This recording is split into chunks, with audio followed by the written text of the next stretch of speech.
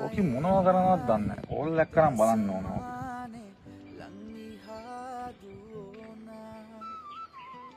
දෙද්දකින් විතර.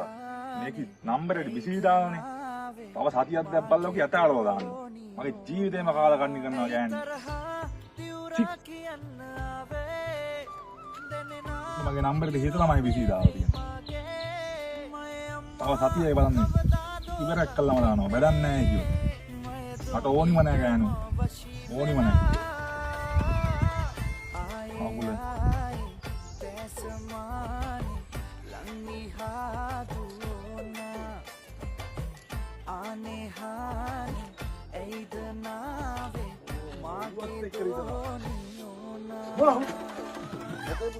මාමනේ මාමද කසක් ජීවිතය ගැන මොකක්ද හිතෙන්නේ?